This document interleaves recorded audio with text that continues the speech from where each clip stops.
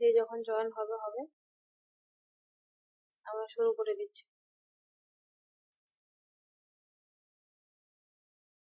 আগের যে মানে 3টে বা 4টা পার্ট হয়েছে, দেখবে ইউটিউবে দিয়ে দিয়েছে, ওইগুলো কিন্তু দেখে নিও মাস্ট। 2019 সালের মনে হয় এটা ডিসেম্বরের কোশ্চেনটা, 2019-এর, হ্যাঁ ডিসেম্বরের 19-এর কোশ্চেন, এটা নেটের কোশ্চেন। এই কোশ্চেনটা আনসারটা করো।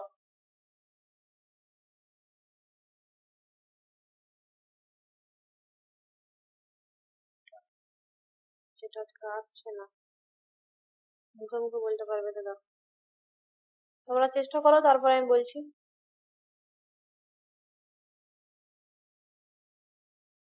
কেউ বলবে না আমি বলবো?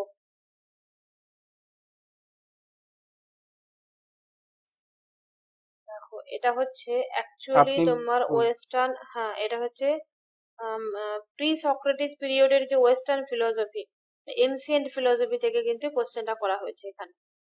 এটা হচ্ছে এনসিয়েন্ট ফিলোসফির যে মূল আহ, আলোচ্য বিষয়টা কি ছিল দেখো। এনসিয়েন্ট ফিলোসফিটা যদি দেখি আমরা, একটা এনসিয়েন্ট, মডার্ন, আর যেটা আমরা মডার্ন বলতে আগে পড়ে নিলাম আমরা, তোমার Locke, Berkeley, Hume, Descartes, Leibniz, Kant, Hegel, ওটা হচ্ছে তোমার মডার্ন ওয়েস্টার্ন ফিলোসফি। তারপরে তো রিসেন্ট ওয়েস্টার্ন ফিলোসফি রয়েছে। তো এনসিয়েন্ট ওয়েস্টার্ন ফিলোসফি যেটা, সেটার আবার পার্ট রয়েছে। সেটা হচ্ছে একটা হচ্ছে প্রি সক্রেটিস, সক্রেটিসের পরে।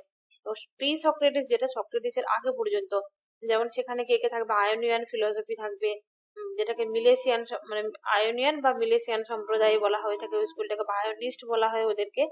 আর তারপরে তোমার থাকবে তোমার ওই অ্যানাক্সিম, না ওরা কি বলে, পার্মেনাইডিস, ইলিয়াটিক দার্শনিক যারা হচ্ছে পার্মেনাইডিস, খেনোফনিস। তারপরে তোমার অন্যদিকে থাকবে তোমার হেরাক্লিটাস, তারপরে ডেমোক্রিটাস, তারপর থাকবে তোমার এমপিডব্লিউএস। এরা কিন্তু তোমার প্রি সক্রেটিস মানে সক্রেটিসের আগের। তারপরে আসবে সক্রেটিস, প্লেটো, অ্যারিস্টটল, এবং তারপরে আসবে অ্যারিস্টটলের পরবর্তী। তো এখানে প্রি সক্রেটিস স্পেশালি আয়োনিয়ান গোষ্ঠীটাকে তুলে দিয়েছে। দেখো থেলস, অ্যানাক্সিমন্ডার এবং অ্যানাক্সিমেনেস, এরা তিনজন হচ্ছে একটা আয়োনিয়ার অধিবাসী, এবং মিলেটাস নগরে এরা বসবাস করতো, তার জন্য তো মিলেসিয়ান দার্শনিক বলা হয়। এবং তার সাথে এরা হচ্ছে আয়োনিয়ান সম্প্রদায়ের লোক। তাহলে এরা হচ্ছে আয়োনিয়ান সম্প্রদায়ের এবং মিলেটাস নগরে বসবাস করতো, তাই এদের মিলেসিয়ান সম্প্রদায় বলা হয়।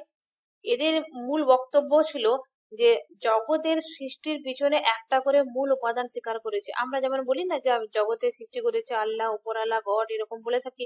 তো সেরকম ভাবে এটা গ্রিক, এটা 2 নাম্বারটা হবে। দাঁড়াও বলছি, আগে শুনে নাও তারপরে দেখছি।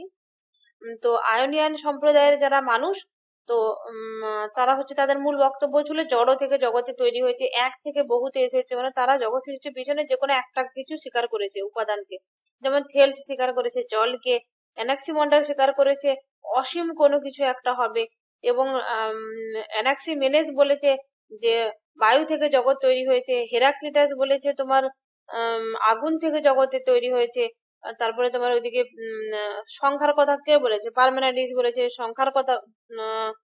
পার্মেনাইডিসই তো, পার্মেনাইডিস নয়, ও সংখ্যার কথা কে বলেছে বলতো, পিথাগোরাস বলেছে সংখ্যা তত্ত্ব। হ্যাঁ, পিথাগোরাস। পিথাগোরাস সংখ্যা থেকে সমস্ত কিছুর ব্যাখ্যা করেছে। তো আয়োনিয়ান সম্প্রদায় কিন্তু ওরা নয়, আয়োনিয়ান সম্প্রদায় থেলস, অ্যানাক্সিমেন্ডার, অ্যানাক্সিমেনেস, সেটা অবশ্যই মনে রাখবে। তাহলে দেখো থেলস এর মতে হয়ে গেল কি, ওয়াটার স্বীকার করেছে থেলস, এবং এয়ার স্বীকার করেছে কি বললাম, অ্যানাক্সিমেনেস। অ্যাটম, পরমাণুর কথা বলেছে তোমার ডেমোক্রিটাস, আর এপিরিয়নের কথা বলেছে তোমার অ্যানাক্সিমন্ডার। তাহলে এখানে দেখি এবারে মিলিয়ে, একজনকে বললো যে 2, তাহলে যে একের সাথে 2, এর সাথে 2 কোথায় আছে, এর সাথে 2 মিলেছে, তার মানে ও রাইট। ওয়াটারের কথা 2, এটা বলেছে, মানে ফাল্গুনির উত্তরটা ঠিক হয়েছে। দেখো এয়ার এর কথা হচ্ছে অ্যানাক্সিমেনেস, অ্যাটমের কথা ডেমোক্রিটাস।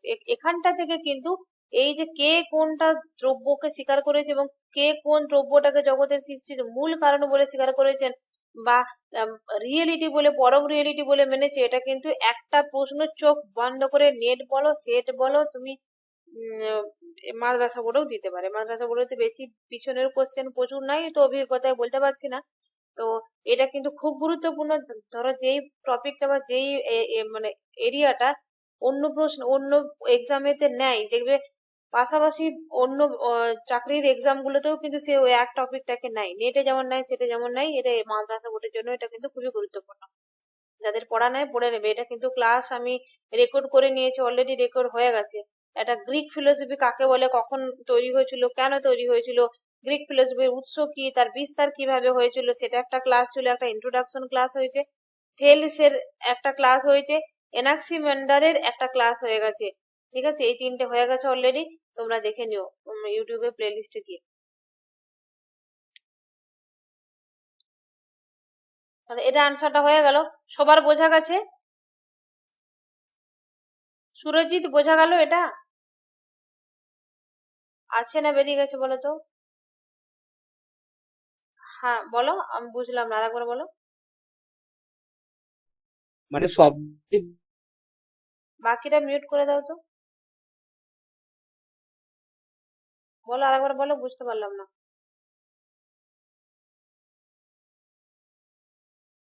হ্যালো, হ্যাঁ বলো, এখনো শোনা যাচ্ছে।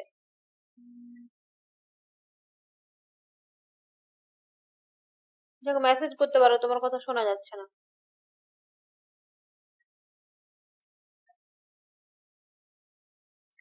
Which among the following. বলছি যে এটা বলো। পুরোটা দিয়ে দিয়ে মানে কোন কারা কি দ্রব্য স্বীকার করেছে এটা পুরোটা বলে দিলে তাহলে আমাদের সুবিধা হয়, কোশ্চেনটা যেভাবেই আসুক। ও হ্যাঁ, এটা বললাম তো। দেখো, প্রথমে হচ্ছে তোমার আয়োনিয়ান সম্প্রদায়। আয়োনিয়ান সম্প্রদায় হচ্ছে একেবারে না এটা না, এছাড়া এটা নয় মানে বলতে, মানে পড়াটা মানে যদি ডিটেলসটা দিলে তাহলে আমাদের ওইটা পড়ে দিতাম আমরা, সেটাই বলছি। মানে নোট আকারে সাইডে হ্যাঁ হ্যাঁ, নোটটা এই এই এই এই দ্রব্যের এই নোটটা তাহলে আমরা কোথায় পাবো এটাই বলছি আমি। দিয়ে দেবো আমি গ্রুপ। আচ্ছা।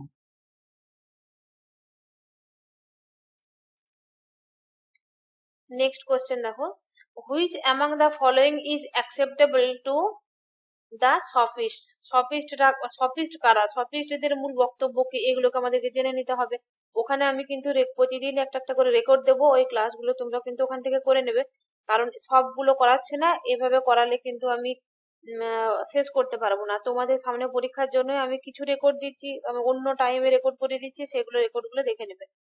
তাহলে এটা সফিস্টদের মূল বক্তব্যটা দেখো, সফিস্টদের মূল বক্তব্য হলো তোমার, তাদের মতে মানে ওরা হচ্ছে সাবজেক্টিভলি, অবজেক্টিভলি দেখবে না, সাবজেক্টিভলি মানে সফিস্ট, যেমন প্রোটাগোরাস, গর্জিয়াস, প্রোডিকাস, এরা হচ্ছে সফিস্ট দার্শনিক। এদের মূল বক্তব্য হচ্ছে মানুষই, man is the measure of all things. এই কথাটা কে বলেছে? মানুষ হলো সমস্ত কিছুর পরিমাপক।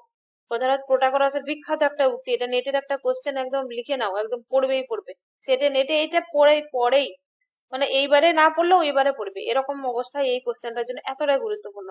তো আর তাদের যে মূল বক্তব্য কি, তারা ট্রুথকে কি সাবজেক্টিভ বলেছে নাকি অবজেক্টিভ বলেছে? তারা কিন্তু ট্রুথকে মাস্ট বি সাবজেক্টিভ বলেছে। অবজেক্টিভ মানে কি, যেটা সবার জন্য সমান, সেটা কমন। ধরো আমাদের এই কোশ্চেনটা অবজেক্টিভ, মানে আমরা সবাই কিন্তু একই আনসার দেবো, আমাদের সবার জন্য সমান করা আছে বিষয়টা। যদি সাবজেক্টিভ কোশ্চেন হতো, বড় কোশ্চেন হতো, তাহলে কিন্তু এক একজন মানুষ এক একজন তাদের নিজের মতো করে আনসার দিত, আনসারটা কিন্তু আলাদা হতো। আর এখানে কিন্তু প্রত্যেকটা মানুষ, আমরা যারা যারাই নেট দেবো, যারা যারাই সেট দেবো, বা যারা যারাই মাদ্রাসা বোর্ডের জন্য চাকরির জন্য এক্সাম দেবো, সবার জন্য কিন্তু এই টপিক, এই চারটাই অপশন থাকবে, আমাকে চারটা অপশনে একটা চুজ করতে হবে, আর ওই একটাই যেটাই ওরা আনসার নেবে রাইট, সেটাই হচ্ছে রাইট, সবার জন্য সমান। তাহলে সাবজেক্টিভ আর অবজেক্টিভের ফারাকটা কি সেটা আমাদেরকে জানতে হবে। সাবজেক্টিভ মানে তাহলে কি হলো, ব্যক্তি ব্যক্তি ভ্যারি করবে, মানে ব্যক্তি ব্যক্তি আলাদা হবে। আর অবজেক্টিভটা কি, অবজেক্টিভটা সবার জন্য কমন হবে। আর সফিস্টরা বলবে যে প্রত্যক্ষই হচ্ছে সমস্ত কিছুর মূল। ঠিক আছে, চোখে যেটা দেখছি সেটা সত্য। তাহলে তুমি একরকম প্রত্যক্ষ করবে, তোমার কাছে ওটা সত্য, আমি একরকম প্রত্যক্ষ করবো, আমার কাছে ওটা সত্য। তো প্রোটাগোরাসকে একজন ক্রিটিক করে বলছে, আচ্ছা ঠিক আছে, তোমার কথাটাই মেনে নিলাম যে প্রত্যক্ষই সমস্ত কিছুর মূল। তাহলে আমি প্রত্যক্ষে দেখতে পাচ্ছি তোমার মতটা মিথ্যা বলে আমি বললাম, তাহলে তোমার মতটা মিথ্যা। আমি আমি যদি সমস্ত কিছুর মানদণ্ড হয়, মানুষই যদি মানদণ্ড হয়, তাহলে এক একটা মানুষ তো নিজের নিজের মতো করে মানদণ্ড তৈরি করতে পারে। তাহলে আমার তোমার মতটা আমার মিথ্যা মনে হচ্ছে, অতএব তুমি মিথ্যা বলছো, এরকম করে কিন্তু তাকে ক্রিটিক করেছে। তাহলে এখানে সফিস্ট এটা অ্যাকসেপ্ট করবে কি, এখানে আনসারটা বলো, এবার বলা চাই আনসার কি হবে। সেকেন্ড। কি হবে অপশন? সেকেন্ড এটা। সেকেন্ড একদম। Truth Total. ইজ, হ্যাঁ ট্রুথ ইজ সাবজেক্টিভ। বাকিদের বোঝা গেছে? আমি নেক্সট যাচ্ছি। প্রবলেম হলে বলবে, আমি নেক্সট যাব। কেউ যদি কিছু না বলে বুঝতে পারবো কারোর প্রবলেম নেই। That is fundamental stuff which through the process of rarefaction and condensation brings into existence this universe. Who philosophic conjecture is this? মানে এটা কার? rarefaction, process of rarefaction and process of condensation, এটা কে বলেছে? এটা pre Socratic period. কিন্তু এই pre Socratic period থেকে কিন্তু প্রশ্ন তুমি 3 থেকে 4টা পর্যন্ত পেতে পারো একটা সেটে, একটা কোশ্চেনে। সেটা কিন্তু এই মানে এরিয়াটা এতটাই ইম্পর্টেন্ট, ভালো করে মাস্ট বি করবে। আমার প্রত্যেকটা ক্লাস, রেকর্ডেড ক্লাস আছে, ওগুলো কিন্তু শুনে নেবে। একদম একদম টপিক ধরে ধরে খুঁটি খুঁটি পড়ানো আছে। এক এক দিনে একটা একটা করে পড়িয়েছি, তো ওখানে করে নেবে, হয়ে যাবে ওখান থেকে। যেটা বলে প্রসেস অফ রেয়ারফেকশন আর প্রসেস অফ কন্ডেমসেশন, যেটা এটা জগতের যে সৃষ্টির মূল আদি কারণ ব্যাখ্যা করতে গিয়ে করেছে, এটা কে এবং এই প্রসেসটা কিসের হয়, এটা কে বলবে?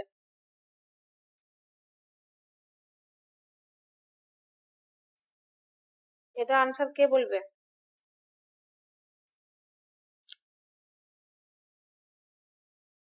তোমরা কিন্তু সব ভুলে গেছো পিছনের,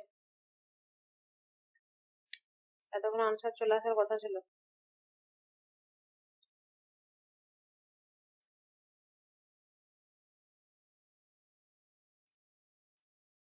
আমাকে বলতে হবে এটা থ্রিটা তো হবে, থ্রিটা অ্যানাক্সাগোরাস, নো, অসম্ভব। অ্যানাক্সিমন্ডার আর অ্যানাক্সিমেনেস, এদের দুজনের মধ্যে একজনের হবে। এবারে বলো।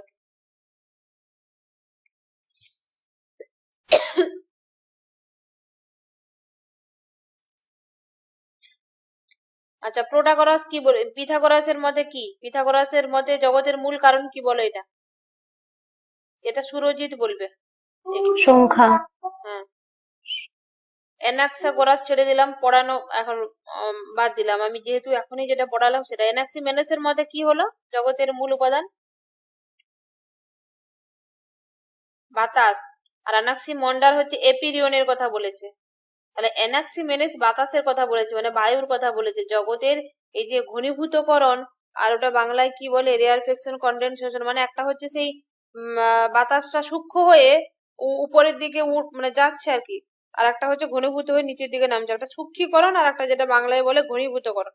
সূক্ষীকরণ মানে ধরো জলটা ফুটে যখন বাতাসটা উপরের দিকে যাবে সেটা সূক্ষীকরণ, এবং যেটা আবার বৃষ্টি হয়ে আকারে নামবে ওটা ঘনীভূতকরণ। ইনাক্সিমেনিস হবে। হ্যাঁ, এটা এনাক্সিমেনেস হবে। ইনাক্সিমেনিস। হ্যাঁ একদম এনাক্সিমেনেস। তাহলে প্রসেস অফ রেয়ারফেকশন আর কন্ডেনসেশন, এটা হলো তোমার এনাক্সিমেনেস।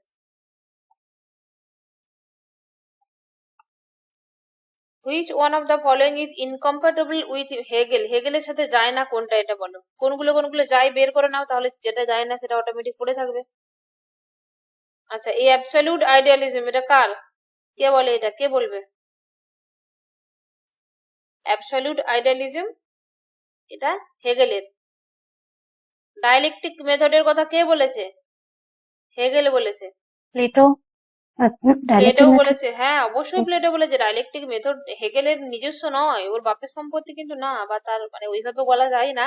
মানে হেগেলের, আমরা কিন্তু ডায়ালেকটিক মেথড বলতে হেগেলকেই বুঝি, কিন্তু অ্যাকচুয়ালি কিন্তু হেগেল এটার সৃষ্টি মানে নয়। ও কিন্তু সেই পূর্বপুরুষদের কাছ থেকে ধার করা ওর পদ্ধতি। অ্যাকচুয়ালি যদি বলা হয় যে হেগেল তান্ত্রিক পদ্ধতির একদম মূল প্রবর্তক হচ্ছে তোমার জেনো, মানে ওই পারমেনারিস এর শিষ্য মনে হচ্ছে। হ্যাঁ জেনো। জেনো হচ্ছে প্রথম যে ডায়ালেকটিক মেথডের কথা বলেছে। তারপরে হচ্ছে তোমার প্লেটো। জেনোর পরে হচ্ছে প্লেটো ডায়ালেকটিক মেথডের কথা বলেছে। তারপরে ডায়ালেকটিক মেথডের কথা বলেছে কি হেগেল। হেগেলের যে ডায়ালেকটিক মেথড সেটা হচ্ছে অ্যাবসলিউট ডায়ালেকটিক মেথড, পরম। মানে হেগেলের ডায়ালেকটিক মেথডটা হচ্ছে তোমার ভাবগত, একবারে যেটা বলা হচ্ছে ভাবগত স্বীকার করেছে। আর হেগেলের ডায়ালেকটিক মেথডটাকে আবার ধার করে নিয়ে কার্ল মার্কস তার যে কমিউনিস্টদের যে ব্যাখ্যাটা দিয়েছে, কার্ল মার্কসের যে দর্শনে যদি যাই, তার আবার বস্তুগত ডায়ালেকটিক মেথড। সে বলছে না, আমাদের পুরো জগৎটাকে ভাবের মধ্যে রেখে দিলে হবে না, আইডিয়ার মধ্যে রেখে দিলে হবে না। ওই জগৎটা হচ্ছে আমাদের বস্তুর জগৎ, অতএব ওটাকে বস্তুগত ভাবে করতে হবে। তাহলে এই হেগেলের প্রশ্ন আসে দেখবে একদম খুব ইম্পর্টেন্ট, যে কার্ল মার্কস তার ডাইলেকট্রিক মেথডটা কার কাছ থেকে ধার নিয়েছে? সেটা হচ্ছে হেগেলের কাছ থেকে। হেগেলের আইডিয়াগত ডাইলেকট্রিক মেথডটাকে সে বস্তুগত ডাইলেকট্রিক মেথডে কনভার্ট করেছে। আর হেগেল হচ্ছে সিনথেসাইজড এ কন্ট্রাডিক্টরি কনসেপ্ট বিং নন বিং। তার হচ্ছে সেই সিনথেসিস থিসিস সিনথেসিস অ্যান্টিথিসিস এর প্রক্রিয়াটা অ্যাকচুয়ালি ওইভাবে বলতে চেয়েছে। তাহলে এটাও কিন্তু হেগেল মানলো। আর হেগেল এন্ডোর্সড কান্টস অ্যাগনোস্টিজম, কান্টের অজ্ঞেয়তাবাদের সঙ্গে কিন্তু এন্ডোর্সড হেগেল করেনি। তাহলে আনসার হবে এটা। নট চেয়েছে, তার মানে আনসার এটা। আর তার মানে দেখো এখানে কিন্তু আমাদের একটা বিষয় শিক্ষা হলো না, ডাইলেকট্রিক মেথডটা কে প্রথম বলেছে, এটা নেটের প্রশ্ন, কোনো একটা ইয়ারে রয়েছে, এটা একটা প্রশ্ন হলো। ডাইলেকট্রিক মেথডটা হেগেলের কাছ থেকে কে নিয়েছিল? কার্ল মার্কস নিয়েছিল, এটা একটা প্রশ্ন। এবং হেগেলও যে ডাইলেকট্রিক মেথড স্বীকার করেছে, ম্যাচেতে কোথাও একটা পেয়ে যাবে। অ্যাবসলিউট আইডিয়ালিজম কার? এটাও কোনো একটা ম্যাচে ডান দিক বাঁ দিক যে ম্যাচ করতে দেয় সেখানে অবশ্যই পাবে। এবং একটা লাইনেতেও এই প্রশ্নটা খুব গুরুত্বপূর্ণ দেয়। আর কান্টের যে অ্যাগনোস্টিজম মানে কান্টের অজ্ঞেয়তাবাদ, এটা কিন্তু ম্যাচেতে পেয়ে যাবে কোনো একটা সালে। মানে এই প্রত্যেকটা কোশ্চেন কিন্তু কোনো না কোনো সালে আছে। এই প্রিভিয়াস ইয়ার সলভ এভাবে করবে, দেখবে যখন তোমার মোটামুটি 8টা 10টা প্রিভিয়াস ইয়ার কোশ্চেন হয়ে যাবে, আর এরকম চুলচেরা বিচার করে যখন কোশ্চেন গুলো সলভ করবে না, তখন একটা টাইম গিয়ে বুঝতে পারবে যে 2008 সালের, 8 তো অনেক অতীতে চলে যাচ্ছে, 2015 সালের ওই কোশ্চেনের একটা অপশনের সাথে 2016 সালের একটা অপশন জুড়ে দিয়ে একটা কোশ্চেন তৈরি করে দিয়েছে। আবার ম্যাচ করেছে, হয়তো 2015 সালের একটা অপশন নিয়েছে ম্যাচের, আবার 2018 সালের একটা কোশ্চেন নিয়েছে, একটা দিয়েছে, আবার 2017-এর একটা নিয়েছে, দিয়ে সবগুলো নিয়ে 2023-এর ডিসেম্বরে একটা দেখবে কোশ্চেন তৈরি হয়ে গেছে। এটাই হলো মানে কি বলবো, প্রিভিয়াস ইয়ার কোশ্চেন সলভ করার একটা ফায়দা।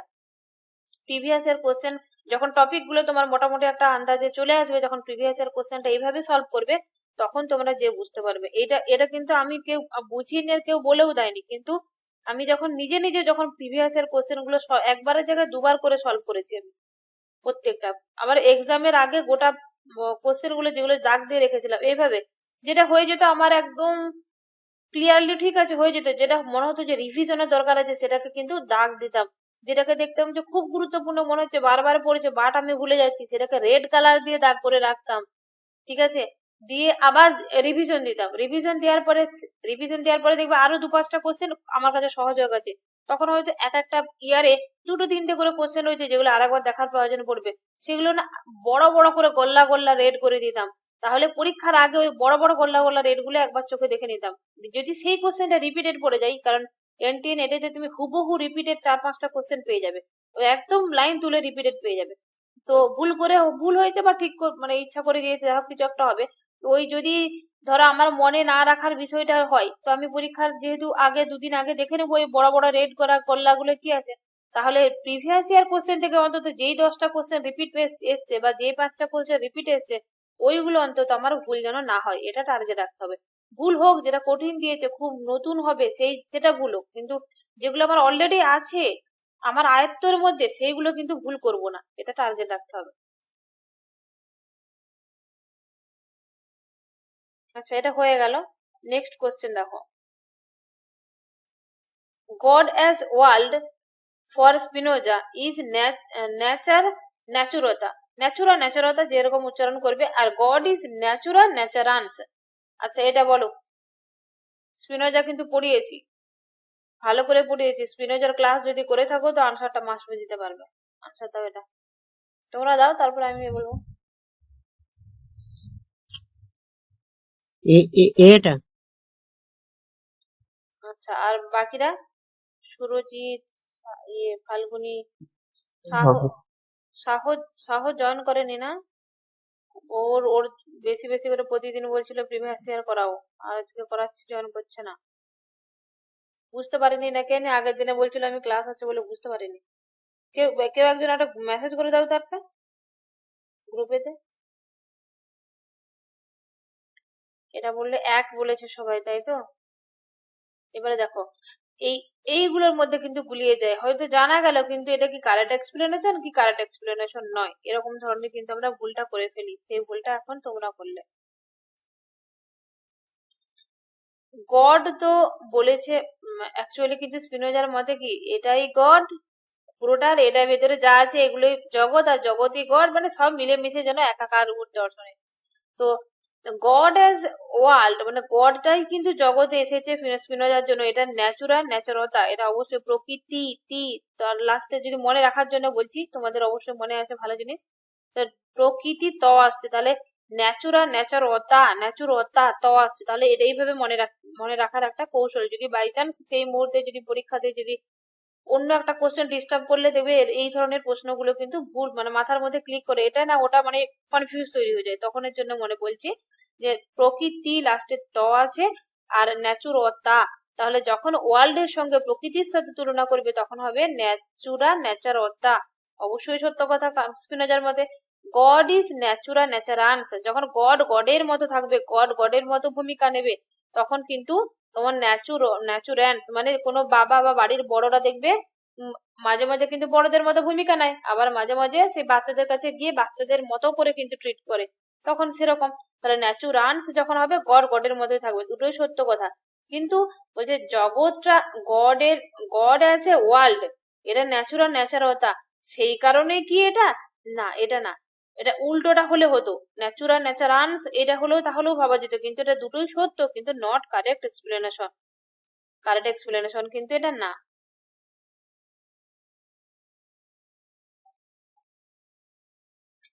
নেক্সট কোশ্চেন দেখো, which one of the following is not a category of understanding as per Kant. এটা কিন্তু মনে আছে সুরজিৎ আমাকে ক্লাসে বলেছিল কান্টের পড়ানোর জন্য, যে ওই ক্যাটেগরি গুলো থেকে কিভাবে প্রশ্ন আসে। এই যে দেখো ক্যাটেগরি থেকে কিভাবে প্রশ্ন আসে, এটা হলো ক্যাটেগরি থেকে প্রশ্ন।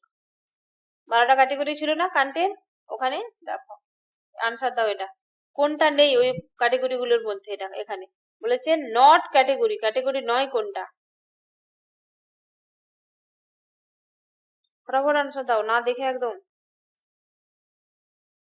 12টা ক্যাটেগরিকে একদম মুখস্থ করে নিতে হবে, যেরকম অসবিনাশ সুষবিত্র উপযোজরা সব বলি না, অবিদ্যা সংস্কার বিজ্ঞান নামরূপ সরায়তন স্পর্শ বেদনা তৃষ্ণা জ্বর, ওরকম করে এই 12টাকে একদম ইয়ে করে নিতে হবে।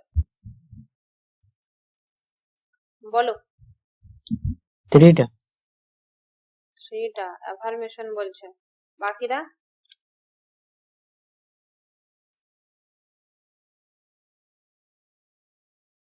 তো আর ইয়ে সুরজিৎ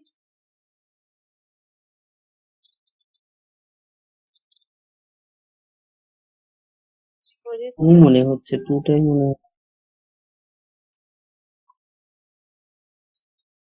একদম ওটাই লিমিটেশন, না 2 এর লিমিটেশন আছে, লিমিটেশন কিভাবে বাদ যাবে।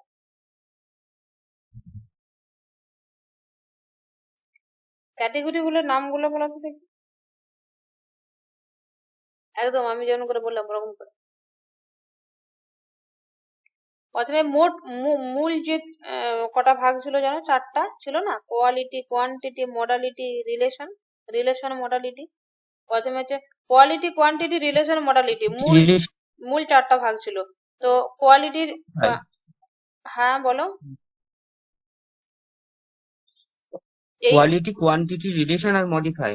হ্যাঁ মডিফাই বা মডালিটি, যাই হোক এটা মডালিটি। হ্যাঁ মডালিটি। তো এবারে কোয়ালিটির মধ্যে কি কি থাকবে,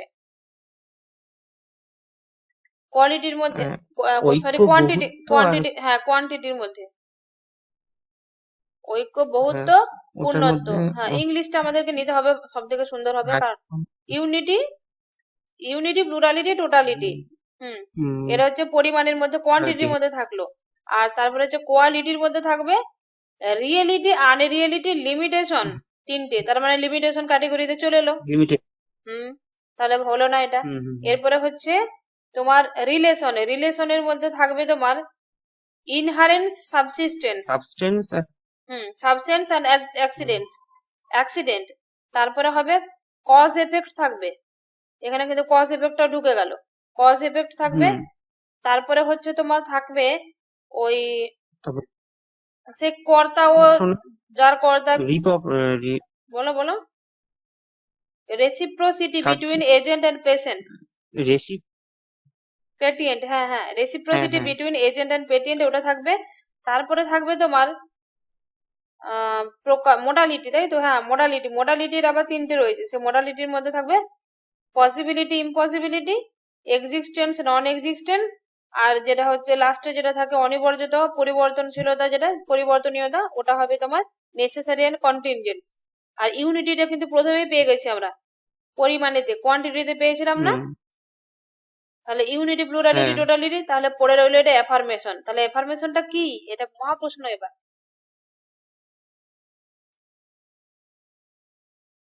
অ্যাফার্মেশনটা কি?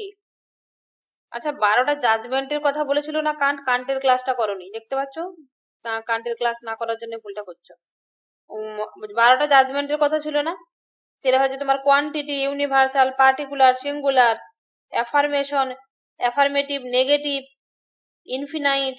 তারপরে হচ্ছে তোমার ক্যাটেগরিক্যালের মধ্যে যেটা পড়বে তোমার, এই রিলেশনের মধ্যে পড়বে তোমার categorical, hypothetical, disjunctive, probability, assertive, এবং আরেকটা কি ছিল লাস্টেরটা, কে বলবে? অ্যাপোডিকটিক। এইগুলো ছিল তোমার জাজমেন্ট। তাহলে এই অ্যাফার্মেশনটা জাজমেন্টের পড়ছে। কান্টের যে 12টা জাজমেন্ট এবং কান্টের যে 12টা ক্যাটেগরি, সেগুলো মাস্ট বি মনে রাখবে। জাজমেন্টেরও কিন্তু মূল 4টা ভাগ রয়েছে, সেটা হচ্ছে কোয়ান্টিটি, কোয়ালিটি, রিলেশন, মোরালিটি। প্রত্যেকটার আবার তিনটে তিনটে করে পার্ট আছে। সেরকম ক্যাটেগরির মধ্যে হচ্ছে মূল যে ভাগ হচ্ছে কোয়ান্টিটি, কোয়ালিটি, রিলেশন, মোরালিটি, তার আবার তিনটে তিনটে করে ভাগ রয়েছে। একদম কিন্তু ছোটস্থ হওয়া চাই, এখান থেকে প্রশ্ন পাবে। যাদের ভুল হয়ে মানে ভুল বলে দিলে, বুঝতে পারলে তো ভুলটা কোথায় হলো? সনদ বোঝা গেল? ক্লিয়ার হলো? হ্যাঁ ঠিক আছে। হ্যাঁ হ্যাঁ, বিষয় আর কিভাবে প্রশ্ন আসে বুঝতে পারছো? আজকে এটা এসেছে, কালকে অন্যভাবে আসবে। যে কোনো ওই কিছু জাজমেন্ট আর ক্যাটেগরিকে মিক্সড করে দেবে। এখানে তো জাজমেন্ট দিয়েছে, অন্য সময় কিন্তু আদার্স কোনো ফিলোসফারের কোনো কিছু একটা তত্ত্ব তুলে দিতেও পারে। আচ্ছা, এটা বলো, এটা না পারলে তোমাদেরকে মার দেওয়া হবে।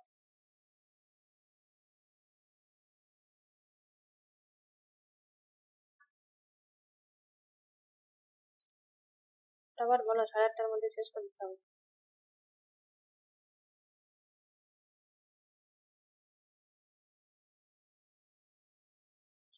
এসএএস পার্সিপির কথা কে বলেছে? এটা ফাল্গুনি বলবে। এসএএস পার্সিপি,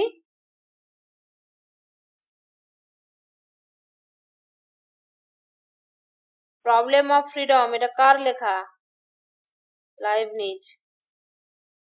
রিজেকশন মেটাফিজিক্স, মেটাফিজিক্সকে রিজেক্ট করে মেটাফিজিক্সের বইগুলোকে আগুনে নিক্ষেপ করে ফেলে দাও, এই কথা কে বলেছে? হিউম বলেছে। 3 গ্রেড নলেজ, নলেজে যে 3টে গ্রেড, এটা কে বলেছে? লক বলেছে।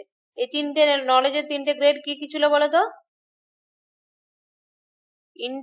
ইনটুইশন ছিল, মানে ইনটুইটিভ, ডেমনস্ট্রেটিভ, আর একটা হচ্ছে সেনসিটিভ। এই তিনটে ছিল লকের মধ্যে 3 গ্রেড অফ নলেজ। আর রিজেকশন করেছিল মেটাফিজিক্সকে হিউম। আর ফ্রিডমের কথা কখন বলেছিল, কেন বলেছিল লাইবনিজ? যে এই যে পরমাণুগুলো, যে ক্ষুদ্র ক্ষুদ্র পরমাণুগুলি যে জগৎটা তৈরি হয়েছে, এই পরমাণুগুলোর মধ্যে যে শৃঙ্খলা রয়েছে জগতের মধ্যে, ওটা হচ্ছে প্রি এস্টাবলিশড হারমোনি। মানে আগে থেকে গড অফ গড, মানে মনাডের মনাড যে গড, সে আগে থেকে ওদের মধ্যে এমন ভাবে শৃঙ্খলা তৈরি করে দিয়েছে, ওরা নিজেরা নিজেদের মতো কাজ করছে, কেউ কারো উপর প্রভাবিত করছে না। ওরা গোবাক্ষহীন, কিন্তু তারপরেও নিজেরা নিজেদের মতো কাজ করে যাচ্ছে, এবং তারা মুক্ত মুক্ত এবং আবার তারা ছেড়ে দিয়েছে, কিন্তু কেউ কারো উপর প্রভাবিত করছে না, কারণ তাদের মধ্যে প্রি এস্টাবলিশড হারমোনি ছিল বলে। এটা লাইবনিজের। নেক্সট কোশ্চেন যাচ্ছি, বোঝা গেল এটা? তাহলে কোন আনসারটা হলো? আচ্ছা, এটা না আরেকটা জিনিস তোমাদেরকে দেখিয়ে দিই, যে কোশ্চেন এখানে কিন্তু টাইম কিভাবে সেভ করবে। এই কোশ্চেন গুলো কিন্তু খুব টাইম সেভ করা যায়, আর এই টাইমটা অন্য কোশ্চেনে কাজে লাগাতে হবে। আর এই ট্রিক না শিখতে পারলে কিন্তু মানে লাস্টের 30টা কোশ্চেন ছেড়ে আসতে হবে। দেখো, রিজেকশন অফ মেটাফিজিক্স আমরা জানি হিউম। ফটাস করে দেখে নাও, 1 এর সাথে 4, 1 এর সাথে 4 এখানে কোথায় কোথায় আছে? এইটা আর এইটা। তাহলে এই অপশনটা আর দেখবোই না, এই অপশনটা আর দেখবোই না। আমরা যখন 100% মানে শিওর হবো, তখন দুটো দেখার দরকার নেই, এই দুটোর মধ্যে যে কোনো হবে। এবারে দেখে দিলাম বি এর সাথে 3 দুটো দিয়ে আছে, তাহলে বি এর সাথে 3 যদি আমি নাও জানি আনসারটা, যে বি এর সাথে এসএএস পার্সিপিটা বার্কলের, তখন আমার কিন্তু না জানলেও হয়ে যাচ্ছে অটোমেটিক একটা জানার জন্য। এবারে এমন একটা সিচুয়েশন থাকে যে 1 এর সাথে 4 দেখা গেল আর এটাতেও নেই, ধরো এটাতেও ছিল না, তখন কিন্তু বাকি না দেখে এটা দিয়ে তাড়াতাড়ি বেরিয়ে যেতে পারবো। তবে হ্যাঁ, যদি কোনো সন্দেহ লাগে তুমি আর একটা দুটো তুমি মিলিয়ে দেখে নিতে পারো। ঠিক আছে, এটা তো হয়ে গেল। তাহলে ডি এর সাথে 1টা মিলছে নাকি দেখে নিতে একবার। প্রবলেম অফ ফ্রিডম, ওয়ানটা মিলে যাচ্ছে, অতএব ঠিক আছে আর দেখবো না, দিয়ে চলে যাবো নেক্সট কোশ্চেনে। মানে 3 সেকেন্ডে 4 সেকেন্ডে আনসার হয়ে যাবে, এইভাবে কিন্তু বেরোতে হবে, এলিমিনেট করতে শিখতে হবে। চলো নেক্সট কোশ্চেন।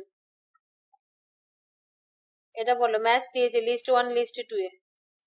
বাঁদিকে কি দিয়েছে? ডিটারমিনেশন নেগেসিও ইস্ট, তারপরে এইদিকে আছে তোমার law of sufficient reason, subjective idealism, transcendental illusion. Transcendental মানেই কার সাথে যায় বলো তো, এটা বলো।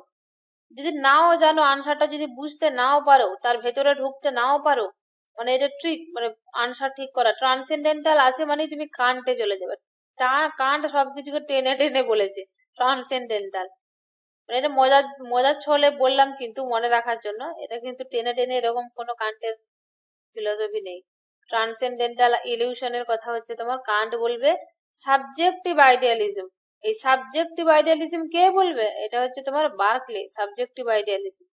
আর ল অফ সাফিসিয়েন্ট রিজনের কথা কে বলবে? এটা হচ্ছে তোমার লাইবনিজ। আর ডিটারমিনেশন নেগেসিও ইস্ট, এটা হচ্ছে স্পিনোজা। এটা আমি তোমাদেরকে গ্রুপে দিয়েছি, দেখবে একটা ছোট্ট করে একটা নোট, ওটা কিন্তু পড়ে নিও, ক্লিয়ার হয়ে যাবে যে ডিটারমিনেশন নেগেসিও ইস্ট কখন কেন বলেছে স্পিনোজা। বোঝা গেল? এ তোমরা কিছু বলছো না কেন? আরে ভুল হতে পারে, একটা দুটো ভুল হলেও সেগুলোকে নিয়ে কোনো কিছু ইয়ে করো না। যে ভুল করে সেই শিখে, যে ভুল করে না মানে তার শেখার চেষ্টাও নেই। ভুলে তো কোনো লজ্জার কিছু নেই। আমার মতো শিখো। একদিন কোশ্চেনে 5টা কোশ্চেনে 5টাই ভুল করেছি, তবু বলতে ছাড়িনি কোনোদিনও। তোমরা আছো তো, আমি একাই বকছি বলো তো? আছি গো। তো সাড়া দিচ্ছ না কেন? এগুলো এগুলো তো সব পড়ানো আছে, বলতে পারছো না কেন? আমার আমার নিজের খারাপ ইংলিশ লাগছে। কোশ্চেন, হুম? ইংলিশের জন্য প্রবলেম হচ্ছে? ইংলিশ কোশ্চেন ইংলিশ তো হুম ইংলিশ তো আয়ত্ত এটার জন্য করতে হবে, পড়াই। ইংলিশ আয়ত্ত করতে হবে, প্র্যাকটিস করতে করতে হয়ে যাবে। সাবজেক্টিভ মানে কি? বিষয়গত, বিষয়গত। আইডিয়ালিজম মানে কি? ভাববাদ। ল অফ সাফিসিয়েন্ট রিজন, এটাকে কি বলবো ইংলিশ বাংলাতে? এটা তো আমার বাংলা বলতে তো আবার কঠিন লাগছে। ল অফ সাফিসিয়েন্ট একে বলো বাংলা, এটা বাংলায় কি বলে? পর্যাপ্ত যুক্তি মনে হয়, পর্যাপ্ত যুক্তি এরকম কিছু একটা ছিল, ল অফ সাফিসিয়েন্ট রিজন। তবে হ্যাঁ, ইংলিশ হয়তো প্রবলেম হচ্ছে, কিন্তু এই একটা দার্শনিকের সাথে ইংলিশ গুলো কমন, যখন পড়া হয়ে যাবে না তখন একদম পরিষ্কার বোঝা যাবে। বাংলা গুলো তখন কঠিন লাগবে, ইংলিশ গুলোই হবে। আমি আমি কিন্তু সেটের কোশ্চেন আমি দেখেছি, বাংলার থেকে ইংলিশের থেকে সরি বাংলার থেকে ইংলিশটা কিন্তু সহজ মনে হয়, আর ভুল হওয়ার সম্ভাবনা অনেক কম থাকে।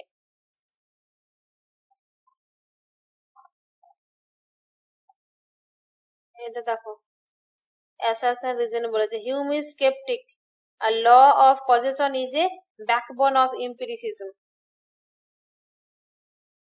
আচ্ছা, বাংলার বলে দিচ্ছি, হিউম হলো সংশয়বাদী, আর ল অফ কজেশন মানে কার্যকারণ নিয়ম হলো ব্যাকবোন অফ এম্পিরিসিজম, এম্পিরিসিজমের ব্যাকবোন। যারা ইংলিশ পড়তে প্রবলেম করবে, আমি যেমন করি, একদম টুক করে চেঞ্জ করে নি এনটিএ তে ল্যাঙ্গুয়েজটা দিয়ে, হিন্দিটা দেখে নি। এটা হচ্ছে হিউম হচ্ছে সংশয়বাদী। দেখো হিউমটা ওখানে আমরা দেখেছি, এখানে হুম মনে হচ্ছে, যাই হোক এটা হচ্ছে হিউম হলো সংশয়বাদী। আর কারণতা মানে কার্যকারণ তত্ত্ব, কারণতা কা সিদ্ধান্ত অনুভববাদ কা মূলাধার হে, এটা কে বলেছে? মানে যার প্রবলেম হবে বেঙ্গলি ইংলিশটা বুঝতে, সে এই হিন্দিটা পড়ে নিও। এতক্ষণে কে আছে দেখো, কোনটা বলা, এটা হচ্ছিল না হিউম সংশয়বাদী, এটা সত্য কথা, এটা নিয়ে কোনো কিন্তু সন্দেহ নেই। সংশয়বাদী তো হিউম বলেছিল না, সংশয় করতে, সংশয়বাদী হিউম। হুম আর যদি বলা হয় প্রথম সংশয়ের কথা কে বলেছিল? প্রথম সবকিছুকে সংশয়ের কথা বলেছিল ডেকার্ট, যে সংশয় করে তারপরে গ্রহণ করতে হবে। সংশয়ের পরে ও যে এসিএস পার্সিপি, এসিএস পার্সিপি না, ওটা কি ছিল? কজিটো আর্গো সাম, কজিটো আর্গো সাম মানে কি বাংলা? কজিটো আর্গো সামের বাংলা কি বলো? I think therefore I am, আমি চিন্তা করি অতএব আমি আছি, এই স্বীকার্য সত্যটা বের করেছিল। তা এটা কিন্তু ডেকার্ট কিন্তু প্রথমেই সংশয় করেছিল। আর হিউম হচ্ছে বোঝে সমস্ত কিছুকে সংশয় করলে তো জ্ঞানই হবে না, ও লাস্টে সংশয়ের কথা বলেছিল, এটা মনে রাখবে। হিউম হচ্ছে, ডেকার্ট প্রথমে সংশয়ের কথা বলেছে, এ হচ্ছে হিউম লাস্টে বলেছে। মিটিগেটেড স্কেপটিসিজম বলা হয় হিউমকে। আর কজেশনের কথা, কার্যকরণ তত্ত্বকে কিন্তু হিউম কিন্তু সেভাবে স্বীকার করেনি। ব্যাকবোন অফ এম্পিরিসিজম, এম্পিরিসিজমের ব্যাকবোন কার্যকরণ তত্ত্ব, কিন্তু হিউম সংশয়বাদী বলে এটার সাথে এটা কি হচ্ছে রিজন? কারণ হচ্ছে না। যেমন কি বলবো তোমাদেরকে, এই অ্যাসাম্পশন রিজন কিভাবে করবে, একটা এমনি নর্মাল একটা উদাহরণ দিই যে কিভাবে তোমরা বুঝতে পারবো ওটা কি কারেক্ট এক্সপ্লেনেশন হয়েছে না হয়নি। আচ্ছা, আমি বললাম যে অ্যাসাম্পশন 1 এতে আমার খুব জল তেষ্টা পেয়েছে, আমি তৃষ্ণার্ত, ঠিক আছে। অপশন 2 এ রয়েছে আমি জলপান করেছি, জলপান করে আমার তৃষ্ণা নিবারণ হয়ে গেছে, বা আমি জলপান করে আমার তৃষ্ণা নিবারিত হলো। তাহলে জলপান হচ্ছে কি, তৃষ্ণা হয়েছিল, তৃষ্ণার কারণ আমার যে জলতেষ্টা হয়েছিল, যে জলতেষ্টাটার, না এটা উল্টো বলে দিলাম। আমি জলপান করলাম এবং আমার তৃষ্ণা নিবারণ আগে হচ্ছে আমার তৃষ্ণা নিবারণ হলো, দিয়ে রিজনে দিলাম আমি জলপান করেছি। তার মানে কি আমি জল খেয়েছি, তার কারণ আমার আমার তৃষ্ণা নিবারিত হয়েছে কারণ আমি জল খেয়েছি। এরকম ধরনের যখন রিলেট পাবে তখন সেটা হবে অ্যাসাম্পশন এবং রিজন। আর যখন দুটোই সত্য, আমি বলবো যে আমি ভাত খেয়েছি, ঠিক আছে, না আমি ঘুমিয়েছি, ভালো স্বাস্থ্যের জন্য ঘুম দরকার, এবং এখানে লিখবো যে আমি ভাত খেয়েছি, মানে দুটোর সত্য কিন্তু কি বিরাট কিছু কানেকশন আছে, কিন্তু আমি জলপান আর তৃষ্ণা নিবারণ এই দুটোর কিন্তু কানেকশন থাকবে। যখন এই ধরনের কারণ এবং মানে প্রত্যেকটাকে কারণ দিয়ে প্রশ্ন করবে, ধরো উপরেরটা বললাম তার সাথে নিচে লিখবে কারণ, কারণ দিয়ে যদি হয় নিচেরটা তাহলে কিন্তু সেটা সত্য, মানে সত্য মানে কারেক্ট এক্সপ্লেনেশন। আর যদি কারণ লাগিয়ে পর বা বিকজ লাগানোর পর, ধরো Hume scepticism, because Hume law of causation is backbone of empiricism, এটা কি কারণ কি বলতে পারবো? এটা কারণ না, তার জন্য কিন্তু এটা কারেক্ট এক্সপ্লেনেশন না, এটা আনসার হলো 2।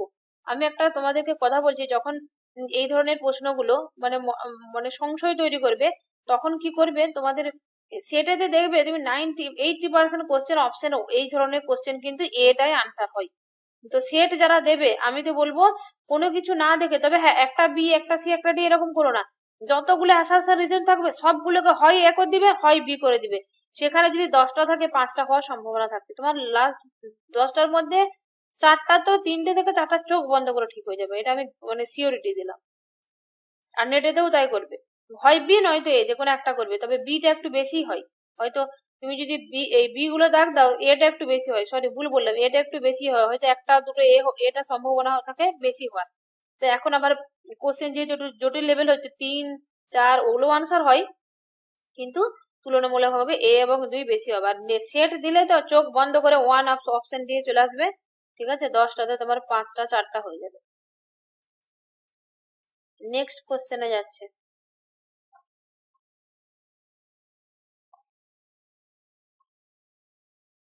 গিভেন বিলো 2 স্টেটমেন্ট, সেটা হচ্ছে তোমার দুটো দিয়েছে অ্যাসার্শন রিজন। দেখো, মনাড আর windowless, there is pre established harmony among monad, এটা বলো। মনাড হলো উইন্ডোলেস, মানে হচ্ছে, মানেটা বলে দিই আগে, বলো মানে যে শোনো মানে বলো এটা। মোনাডোলজি লাইবনিজি স্বীকার করেছে, আর পিওর এস্টাবলিশড হাইবনি এটাও তো ওরে। মানেটা বলো, মনাড ইজ উইন্ডোলেস মানে কি বলো, ভয় নেই বলো। ঠিকঠাক বুঝতে পারছি। মনাড মানে কি বলো, মনাড কাকে বলেছে? লাইবনিজ মনাড বলতে কি বলেছে বুঝিয়েছে? মনাডি তো দ্রব্য। মনাডটাকে দ্রব্য এক কথা, আরো আরো আরো কিছু। মনাড গুলো সজীব না নির্জীব বলো তো?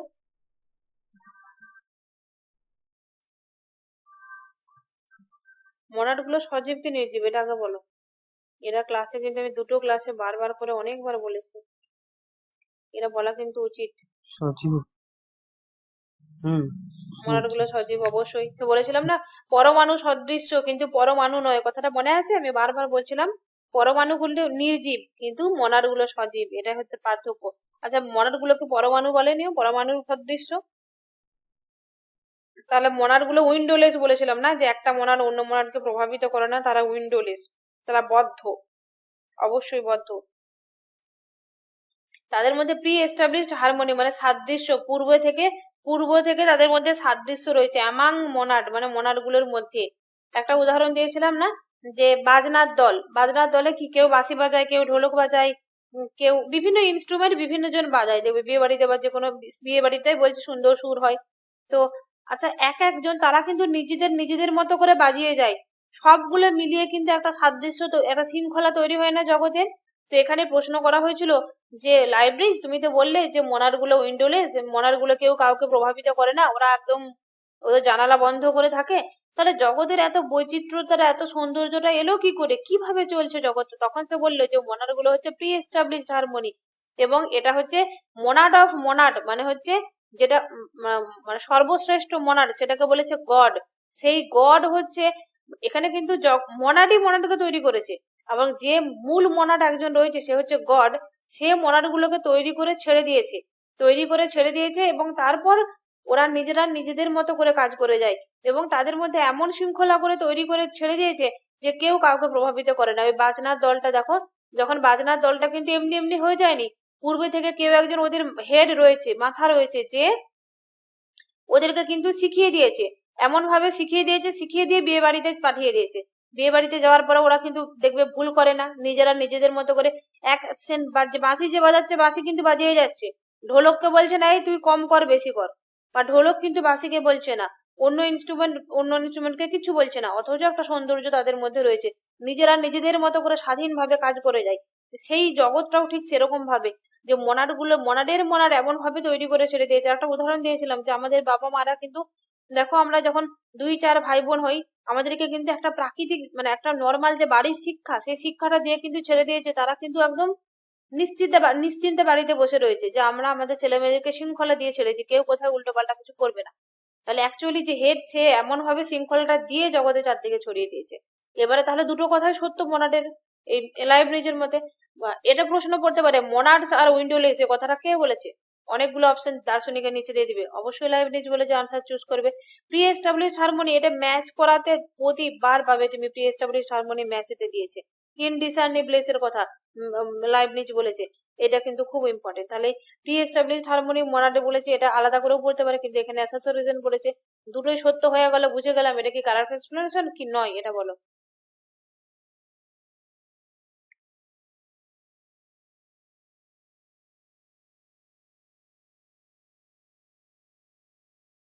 এটা তো কারেক্ট। কেন কারেক্ট, কারণটা বলো। মানে আমি তুমি ভুল তোমাকে বলছি না, কেন কারেক্ট, কেন ভাবলে, কিভাবে ভাবলে বলো।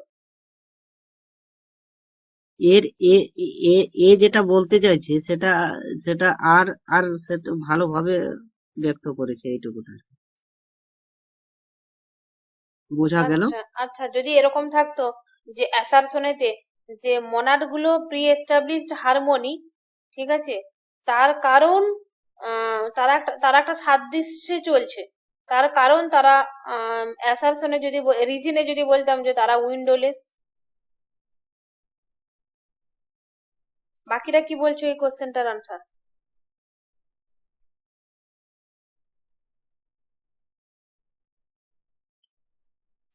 আমি বুঝতে পারছি না গো। আর সুরজিৎ, একদম দম খুলে মন খুলে কথা বলো, বলো, কোনো প্রবলেম নেই। বুঝতে পারছি না। এটা এনটিএ আনসার দিয়েছিল যে দুটোই সত্য, নট কারেক্ট এক্সপ্লেনেশন। কিন্তু আমার এটা সন্দেহ রয়েছে, যদিও সেই টাইম তো কোনো কিছু করিনি, আমার আনসারটা লেগেছে এটা কারেক্ট এক্সপ্লেনেশন হবে। তুমি দেখো উইন্ডোলেস এগুলো ঠিক আছে, তার কারণ এটা কিন্তু এই একের সাথেও যায়, জানে দুইয়ের সাথেও যায়, এরকম 1-2টো কোশ্চেন পাবে যেখানে মানে এমন সন্দেহ তৈরি হবে। তো এখানে মোনাড গুলো উইন্ডোলেস ঠিক আছে, তার কারণ তাদের মধ্যে হারমোনিটা ছিল, মানে এটা কেমন একটা হচ্ছে না, কারণ তাদের মধ্যে হারমোনি ছিল, সদৃশ্য ছিল বলে তারা উইন্ডোলেস, না উইন্ডোলেস ছিল বলে তারা সদৃশ্য, মানে দুটোই সত্য কিন্তু কারেক্ট এক্সপ্লেনেশন হচ্ছে না। কিন্তু কেউ এটা দিতে পারে, কিন্তু এটাই বেশিরভাগই যাবে। এনটিএ নেট দিয়েছে অবশ্যই, তুমি দেখো না তাদের মধ্যে মানে তারা বদ্ধ ছিল বলে তারা কি প্রি এস্টাবলিশড হারমোনি হচ্ছে কি কারণটা হিসেবে। আমি জল খেলাম কারণ আমার তৃষ্ণা হয়েছিল, ঠিক আছে, বা জল তেষ্টা পেয়েছিল, এটা কিন্তু পরিষ্কার বোঝা যাচ্ছে, এটাকে নিয়ে কারো সন্দেহ নেই। কিন্তু মোনাড গুলো উইন্ডোলেস ছিল। এটা নিজের নিজের মতো করে সত্য, এটাও নিজের নিজের মতো করে সত্য। এক্সপ্লেনেশন কিন্তু খুব একটা হচ্ছে না। উইন্ডোলেস থাকার জন্য কারণ তারা প্রি এস্টাবলিশড ছিল, মানে এটাও সত্য, এটাও আলাদা আলাদা করে দুটো সত্য। এটা অবশ্যই দুটোর মধ্যে কারেক্ট এক্সপ্লেনেশন নয়। দেখো যখন তোমরা পড়বে দুটোর মধ্যে মনে হচ্ছে যেন মানে ঠিক যেন মিলছে না, এরকম যখনই ফিল হবে তখন নট কারেক্ট এক্সপ্লেনেশন দেবে। আর কারেক্ট এক্সপ্লেনেশন যখনই হবে না, পরিষ্কার একদম বোঝা যাবে। দু একটা পরে উদাহরণ যখন আসবে তখন দেখাবো, তখন বুঝতে পারবে ফারাকটা।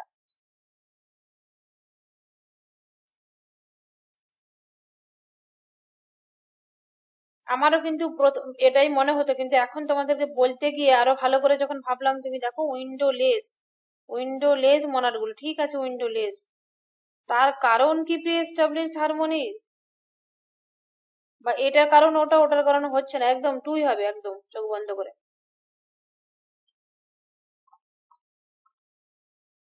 এটা দেখো, consider the following with reference to Kantian model of scientific judgement. এটা এটা বলো একদম, এটা বলতেই হবে। সুন্দর করে কিন্তু ক্লাসে এটা ব্যাখ্যা করেছি। কান্টে সায়েন্টিফিক জাজমেন্ট কোনগুলো? কান্টে 2+5+7=12। এরি এটা এটা হচ্ছে উদাহরণ তার সায়েন্টিফিক জাজমেন্টের। এটাকে কি বলবো? বলো, আচ্ছা অপশনটা সবগুলো দেখা যাচ্ছে না, না এবারে দেখো, বলো।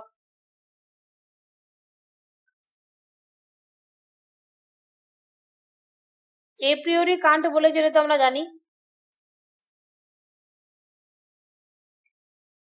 কোনটা হবে? সিনথেটিক না অ্যানালিটিক না পোস্টেরিয়রি? সায়েন্টিফিকের ক্ষেত্রে কি বলেছে? সায়েন্টিফিকেটে বলেছে এ সিনথেটিক এ প্রিওরি, পূর্বত সিদ্ধ এবং সংশ্লেষণাত্মক। কেমন দেখো, 2+ নয়, এটা 5+7টাই দিচ্ছি ওর নিজস্ব উদাহরণের। 5+, আচ্ছা বাংলা ইংরেজি 5+7, এটা হচ্ছে তোমার 12। হ্যাঁ, তো এখানে দেখো পূর্বত সিদ্ধ বলেছে এটাকে এবং সংশ্লেষণাত্মক বলেছে। কারণ এটা 5+7 যে এটা সত্য, এটা আগে থেকে সত্য, কিন্তু সবাই মেনেও নেব, কিন্তু এটা মানে নতুন সৃষ্টি। 5 আর 7, এটা আর এটা কি একই দেখতে মনে হচ্ছে? একই না। 12=12 যদি বলি তাহলে কিন্তু সিনথেটিক এপ্রিওরি অ্যানালিটিক বলতাম, এটা যদি বলি। বা যদি বলি অবিবাহিত হয় আনম্যারিড, তাহলে অবিবাহিত আনম্যারিড সেটা হবে সিনথেটিক নয়, অ্যানালিটিক এপ্রিওরি। এপ্রিওরি মানে পূর্বত সিদ্ধ, এবং আর অ্যানালিটিক মানে বিশ্লেষণাত্মক। আর এখানে কান্ট যখন এই সায়েন্টিফিক জাজমেন্টের কথা বলবে তখন এটা হচ্ছে এইভাবে ব্যাখ্যা দেবে। এটা তাহলে আনসারটা কি রইলো? এপ্রিওরি টুটা সিনথেটিক। আর synthetic। মানে কোনটা হচ্ছে বলো তো? একের সাথে সি, এ আর সি কোথায় আছে? টুটা সি বি আছে তো, এপ্রিওরি সিনথেটিক, হ্যাঁ হ্যাঁ, টু একদম টু। আচ্ছা 5+7=12, এটা তো সংশ্লেষক এবং পূর্বত সিদ্ধ। হ্যাঁ, তার মানে পূর্বত সিদ্ধ মানে এপ্রিওরি, আর সংশ্লেষক মানে সিনথেটিক মানে সংশ্লেষণাত্মক। তাহলে হলো না two, A B, A B C. ওই উদাহরণ 12, ওটা 12, ওইটা কি হবে তাহলে? ওটাকে কি বলবো আমরা? দেখো প্রথমত এপ্রিওরি কেন বলছি, এটা কিন্তু তোমার পূর্বত সিদ্ধ, আগে থেকে তো সত্য, আমরা সবাই মানি পূর্বত হ্যাঁ। সিদ্ধ, এবং এটা সিনথেটিক বললাম। এটা কিন্তু অ্যানালিটিক নয়। যদি 12=12 বলি তাহলে কিন্তু অ্যানালিটিক। দেখো অ্যানালিটিকের মানে যেটা আগে থাকবে সেটা পরে একই। বিবাহিত আনম্যারিড কথাগুলো কিন্তু একই। ফুল হয় ফুল, ফুল আর ফুল একই। কিন্তু যখন বলবো ফুল হয় সুগন্ধ, মানে নতুন একটা তৈরি হচ্ছে। সিনথেটিকের ক্ষেত্রে কি হয়, জ্ঞানটা আমাদেরকে বাড়াতে সাহায্য করে, নতুন সৃষ্টি হয়। তো এখানেও ধরো 5 আর 7 এটা ছিল, কিন্তু 12 এটা তো নতুন সৃষ্টি হলো না একটা।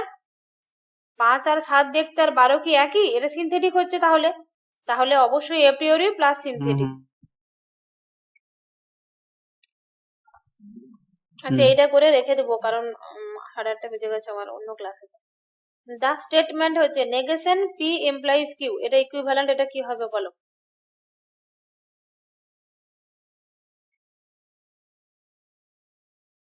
এটাকে যদি ভাঙি দেখো, এটা নেগেশন একদম পি হ্যাঁ ডট নেগেশন হ্যাঁ কিউ। হ্যাঁ এটা এটা এটা অবশ্যই কি করে হবে দেখিয়ে দিচ্ছি। এটা পি ইমপ্লাইজ কিউ, তো এটাকে যদি আমরা ভাঙি নেগেশন, এটা পি ইমপ্লাইজ কিউ কে ভাঙলে কি হবে, যদি ইম্পেল করা হয় তাহলে নেগেশন পি ভেল কিউ, ইম্পেলের এটা সূত্র।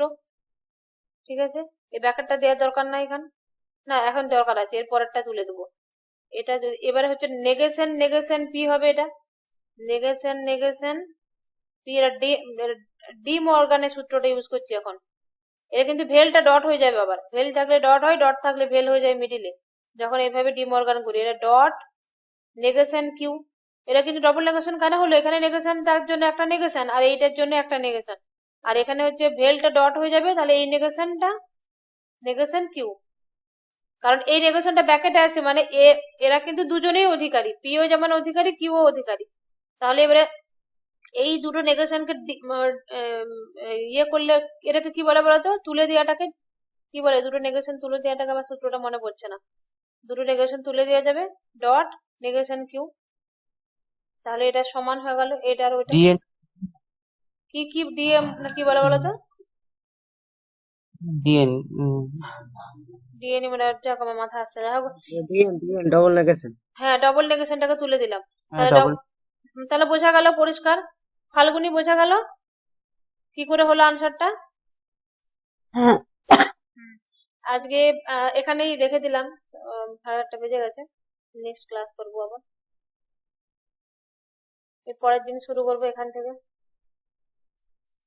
কটা হলে মনে রাখবে তো, 8, 9 থেকে নেক্সট দিন হবে। বলছি তোমরা না ওই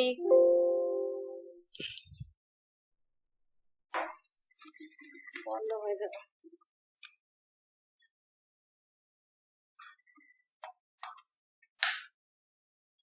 ওই পুরোনো যে ক্লাসগুলো হয়েছে পুরোনো ক্লাসগুলো কিন্তু যদি নোট পড়তে যার যেটা সুবিধা হবে, যদি মনে হয় নোট পড়ে সুবিধা হচ্ছে নোট পড়বে, আর নয়তো যে রেকর্ড ক্লাসগুলো আছে ওই রেকর্ড ক্লাসগুলো স্পিড বাড়িয়ে কিন্তু তোমরা দেখে নিও, 2-3 বার করে এক একটা জিনিস দেখে নেবে, যখন কানে আওয়াজগুলো যাবে না, হেডফোন বন্ধ করে অন্য কোনো কিছু কাজ না করে, ধরো কোথাও বসে আছো, রাস্তায় যাচ্ছো বা রান্না করছো, যে যেমন আছে হেডফোন লাগিয়ে কিন্তু শুনতে থাকবে, ওই শোনাগুলো একটা টাইম কিন্তু ওই কানে শুনতে শুনতে দেখবে কোশ্চেনে যখন আনসার করবে তখন কিন্তু ওই কথাগুলো বাজবে।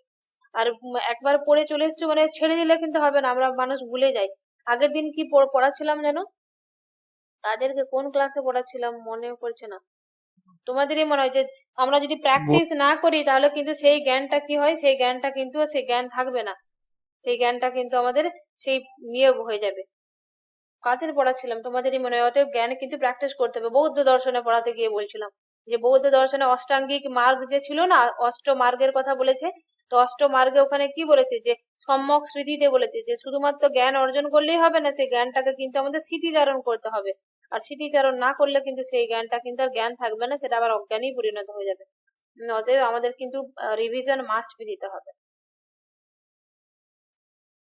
আর তোমাদের যদি মনে হয় যে কোনো একটা টপিক যে ওটা আর একবার আমাদেরকে পড়িয়ে রিভিশন করে দেওয়া হোক, অবশ্যই করিয়ে দেবো। হয়তো ডেকা স্পিনোজা লাইবনিজ একদিনে করিয়ে দিলাম, লক বার্কলে হিউম একদিনে করিয়ে দিলাম, তোমরা পড়ো, আর পড়তে পড়তে যার যেখানে সমস্যা হবে জানিও। ঠিক আছে, আজকে এখানে রেখে দিলাম।